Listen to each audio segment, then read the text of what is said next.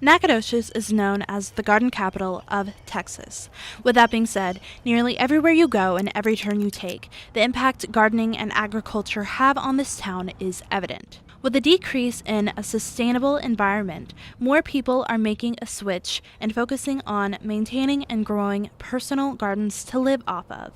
Many people grow food, flowers, and even sometimes plants for medicinal purposes.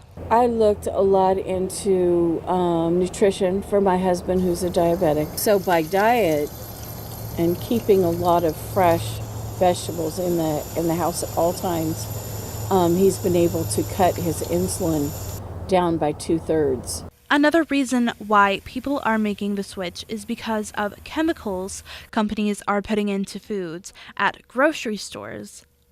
Many produce companies create what is called GMOs, or genetically modified organisms. Genetically modified foods are basically, they're taking 2 or 3 different types, crossbreeding, to see if they can create a food that would be more resistant to diseases and that sort of thing. And in theory, it's a great idea.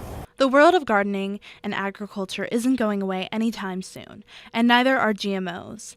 The fight for good food that isn't toxic and the ability to feed the world is the light at the end of the tunnel for people in agriculture.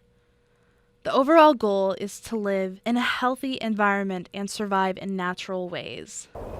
For your East Texas Explorer, I'm Danica Sauter.